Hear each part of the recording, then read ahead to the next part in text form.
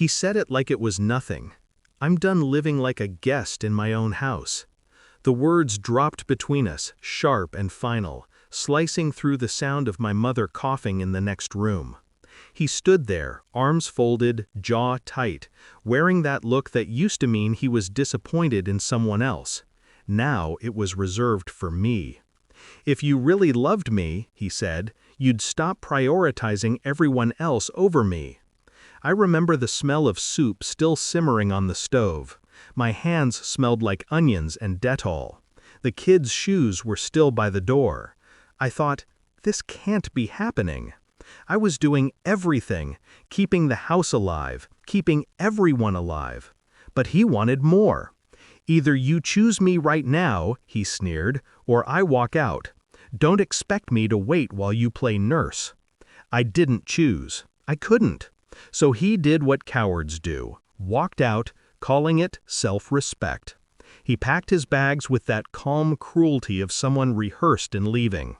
Told his friends I was obsessed with playing the martyr. Changed his relationship status to single.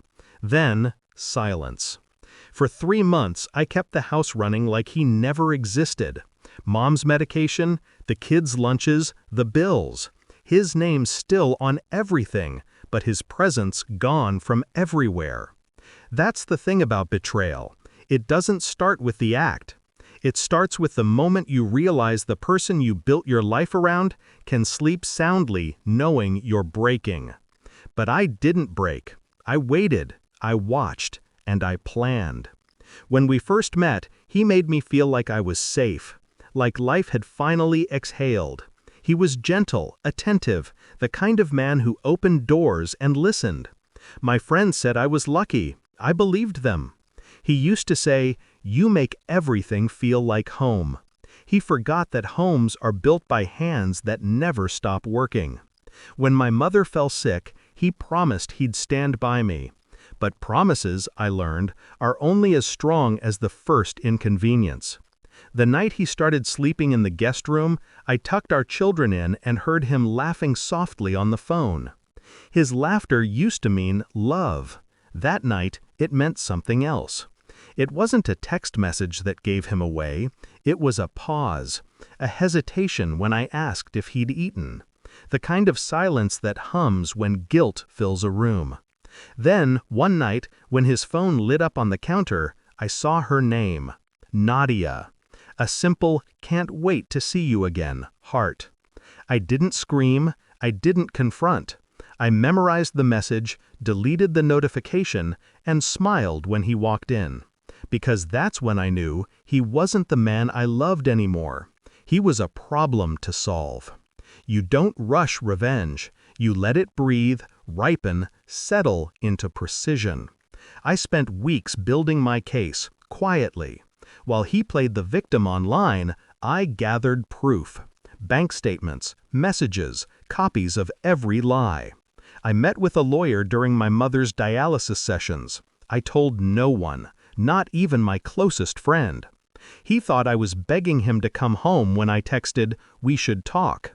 I was inviting him to the trap. When he returned, he looked different, well-fed, confident, rehearsed. He wanted to talk about custody, property, moving forward like adults. I let him believe he was winning. He signed the divorce papers without reading them. Too proud, too sure of his own performance. He didn't notice the clause, the one that gave me full custody, the one that turned his investment property into marital assets, the one that froze his joint account until the settlement cleared. I smiled while he signed. A week later, I sent Nadia a message from a new number. Does he always talk about how unhappy he was? He said the same about me once, she replied. Curious, defensive, then desperate to know more. I gave her pieces, truth wrapped in poison. It didn't take long before she saw the same patterns I had. The late replies, the half-truths, the distance. I didn't have to destroy him.